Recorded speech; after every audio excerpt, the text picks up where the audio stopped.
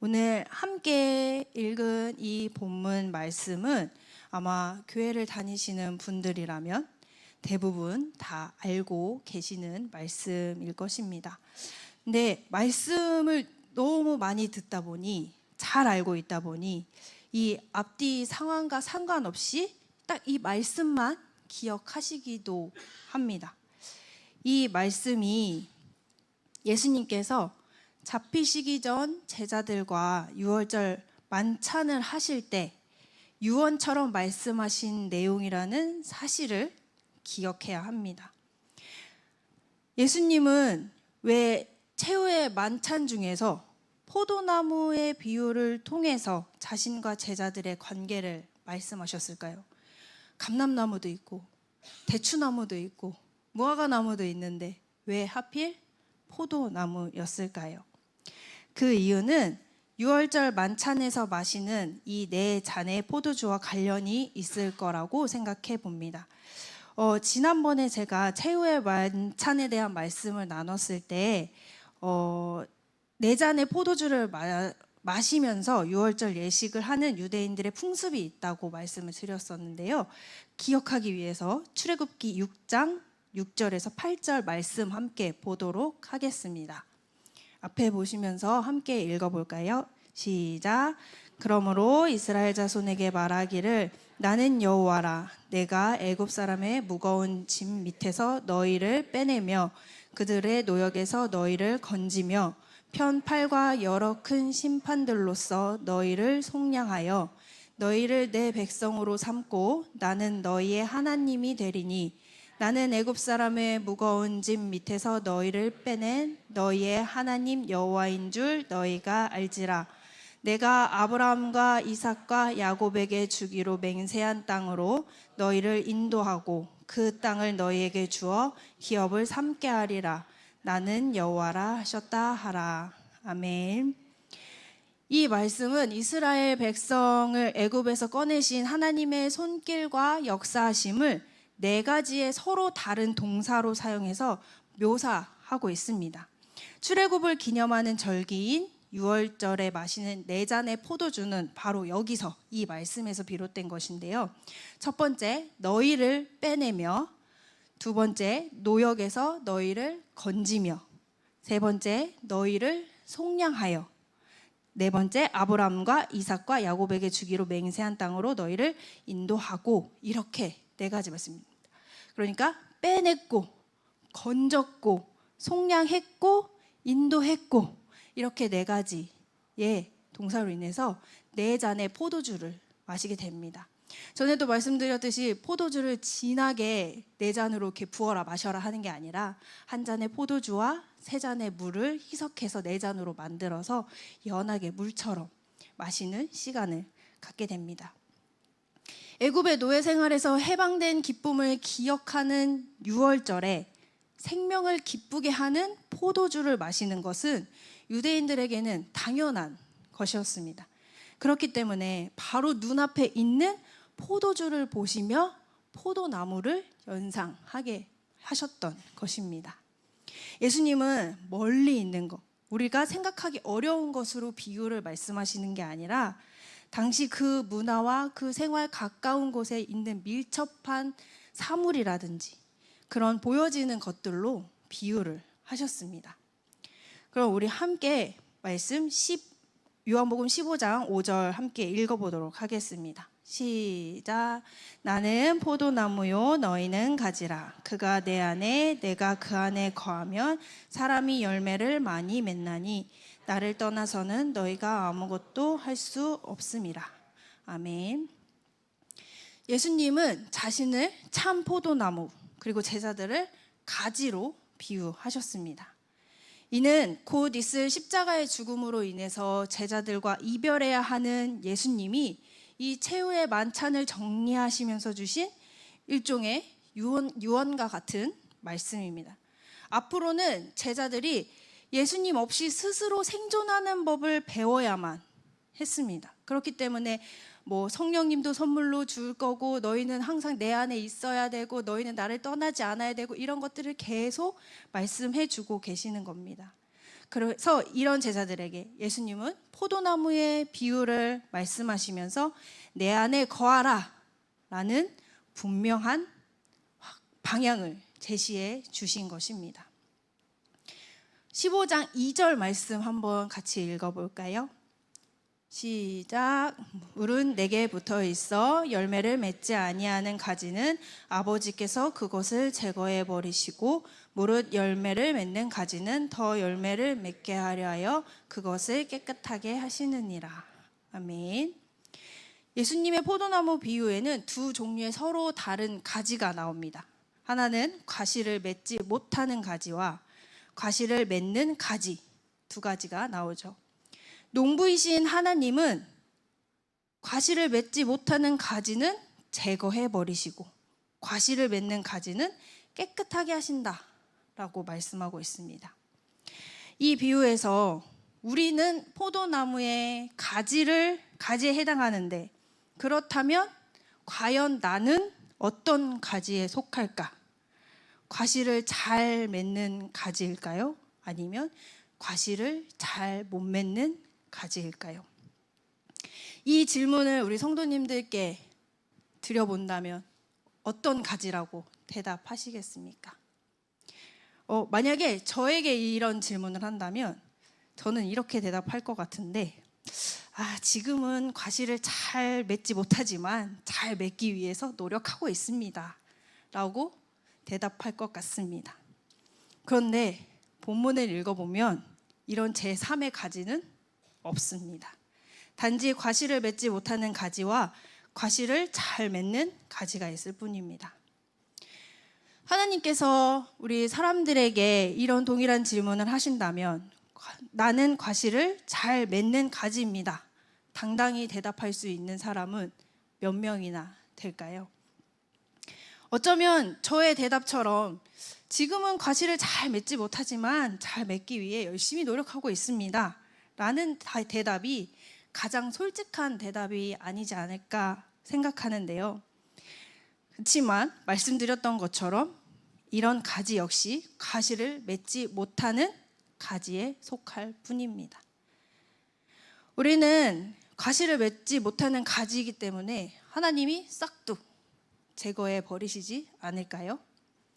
상상만 해도 무서운데 하나님께서 과연 그렇게 하실까요? 정말로 농부이신 하나님은 이런 가지들을 가차없이 제거해 버리시는 걸까요? 그렇다면 제대로 붙어 있을, 제대로 남아날 가지가 있기는 할까요? 설마 나를 진짜로 제거해 버리시겠어? 나 이렇게 열심히 하는데 내가 아는 하나님은 사랑의 하나님이신데 사랑의 하나님이 나를 제거해 버리시진 않겠지? 라는 생각이 듭니다. 15장 2절의 말씀이 참포도나무 비유 속에서 나오는 유명한 말씀이지만 말씀의 의미를 곰곰이 묵상하고 우리 자신에게 적용해 본다면 그리 간단히 넘어갈 수 있는 말씀은 아닙니다. 여차하면 무시무시한 심판의 두려움에 떨게 할 수 있는 말씀이기 때문입니다. 사실 요한복음 15장 2절의 말씀을 보게 되면 성서시대 이스라엘 포도 농사법에서 나온 독특한 표현입니다. 포도나무 가지 다 보셨죠? 어떻게 자라는지. 근데 포도나무의 특징은 길게 뻗어나가는 가지가 특징입니다. 그러니까 이제 넝쿨처럼 이제 뭔가를 휘감고 올라가야만이 열매를 맺을 수가 있는 거죠. 오늘날에는 이렇게 나무로 대를 대거나 아니면 이제 Y자 이렇게 철사로 대서 나무를 같이 세워주기 때문에 포도나무 가지는 같이 세워둔 막대를 따라서 잘 자랄 수 있게 되죠. 그리고 원 없이 좋은 열매들을 맺게 됩니다. 그런데 성서시대에는 지금의 포도 재배법과는 사뭇 달랐습니다. 세워주는 방법을 몰랐던 옛날 사람들은 그 포도나무를 키울 때 그냥 냅둘 수밖에 없는 거죠. 그래서 포도가지는 뱀처럼 땅을 기어서 자랄 수밖에 없었습니다. 그런데 문제는 땅에 닿은 포도가지는 열매를 제대로 맺을 수가 없게 되겠죠. 이제 이스라엘 날씨를 생각해 보면 우리나라는 사계절이 있지만 이스라엘은 우기, 아니면 건기, 이렇게 두 가지가 있는데요. 우기에는 땅에 닿은 부분이 습기로 인해서 썩게 되고, 건기에는 자체적으로 뿌리를 내리다 보니 본 뿌리에서 영양분을 받지 못해서 썩게 된다고 합니다. 그럼 성서시대 농부들은 이 땅바닥에 다 과실을 맺지 못하는 가지들을 적절하게 처리를 해줘야 했습니다. 이때 방법은 땅바닥에 있는 가지를 이렇게 들어서 밑에 돌을 개어 놓는 것입니다. 땅에 뿌리를 내리지 못하게 말이죠. 그리고 과실을 잘 맺는 가지는 잔가지를 쳐주는 전정 작업을 통해서 이 자잘한 포도 열매가 아니라 극상품의 포도 열매를 맺도록 도와주었습니다. 이처럼 성서시대 포도 농사에서 농부가 신경 써야 될 것은 딱 두 가지였는데요. 땅바닥에 닿아 있는 과실을 맺지 못하는 가지는 밑에 돌을 개어 들어주고, 과실 맺는 가지는 깨끗하게 잔 가지치기를 해주어서 포도를 맺도록 하는 것입니다. 우리말 성경에는 과실을 맺지 못하는 가지를 제거해버린다라고 번역되어 있는데, 이는 성서시대 포도 농사법을 알지 못한 데에서 비롯된 잘못된 번역이라는 견해가 있습니다.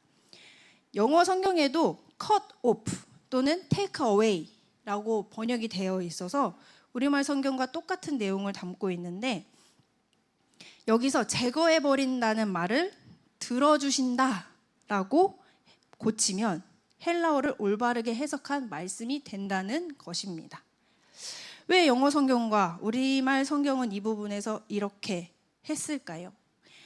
제거해버린다에 해당하는 헬라어 원어 속에 그 해답이 있는데, 헬라어로 이 부분을 아이로라고 단어가 되어 있는데, 이거는 제거해버린다와 들어주다, 이렇게 들어주다라는 의미를 모두 가지고 있습니다. 그러니까 우리나라 말에서 밤이 사라졌다라고만 얘기를 했을 때, 이 밤이 그 밤인지 먹는 밤인지 낮과 밤의 밤이 사라진 건지 잘 알 수 없는, 헷갈리게 되는 것처럼 이 단어도 들어주는 건지 제거해버린다는 건지 이 문맥을 앞뒤로 확인하지 못하면 알 수 없다는 것이죠. 헬라어 아이로가 어떤 뜻을 갖느냐는 문맥을 통해서 구별할 수밖에 없는데, 성서시대의 포도농사법을 알지 못하면 이 말씀을 단순히 제거해버린다라고 오역할 수 있다는 것입니다. 이게 아무리 히브리어랑 헬라어 잘한다고 해도 이거는 실수할 수밖에 없는 단어라는 거죠.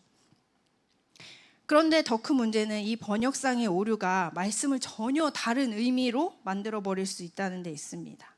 이 땅바닥에 닿아서 과실을 잘 맺지 못하는 가지를 제거해버린다라고 얘기를 해버리면 무시무시한 심판의 말씀이 되는데요. 이거를 들어주신다라고 해석을 하면 이런 우리의 연약한 우리들을 위로해주는 놀라운 겉면의 말씀이 될 수 있는 것입니다. 그렇다면 우리는 가지입니다. 한 사람 한 사람 포도나무의 가지들입니다. 때로 과실을 맺지 못할 수도 있고 잘 맺을 수도 있지만 상황과 결과에 따라서 그렇게 요동하지 않아도 됩니다. 농부이신 하나님께서는 과실을 맺지 못하는 가지는 들어주실 것이고, 과실을 잘 맺는 가지는 잔가지를 쳐서 하나님을 기쁘시게 하는 최상급 포도 열매를 맺도록 농부이신 하나님께서 열심히 일하실 것이기 때문입니다. 그러므로 가지에 불과한 우리들은 해야 할 것 딱 하나밖에 없죠. 그저 참 포도나무이신 예수님께 딱 붙어 있기만 하면 된다는 것입니다. 아무리 힘들어도 가룟 유다처럼 은혜 자리를 박차고 뛰쳐나가지만 않는다면 우리는 가지가 되어서 좋은 가시를 맺게 되는 것인데요. 이 바로 최상의 방법, 진득하게 버티는 것, 바로 이것이라는 것입니다. 그런데 이 말씀을 듣고 이렇게 생각하실 수도 있습니다. 내 삶이 힘들어 죽겠는데 더 이상 어떻게 버티라는 거야. 진득하게 버티기도 힘들어.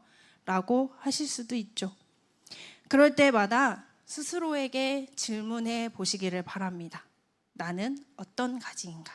열매를 잘 맺는 가지라서 잔가지만 쳐주면 되는 가지인지, 뻗어나가지 못하고 바닥으로 떨어져 버렸지만 하나님이 잘 들어주시길 기다리고 있는 가지인지 말입니다.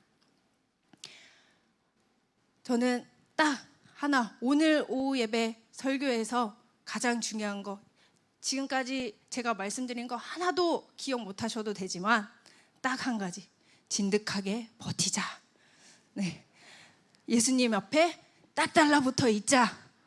네, 이것만 기억해 주시면 될 것 같습니다. 언제나 하나님은 우리 성도님들을 위해서 일하고 계십니다.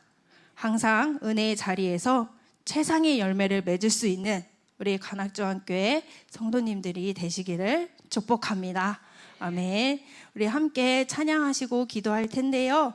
주님요, 이 손을 꼭 붙잡고 가소서 찬양하고 함께 기도하겠습니다.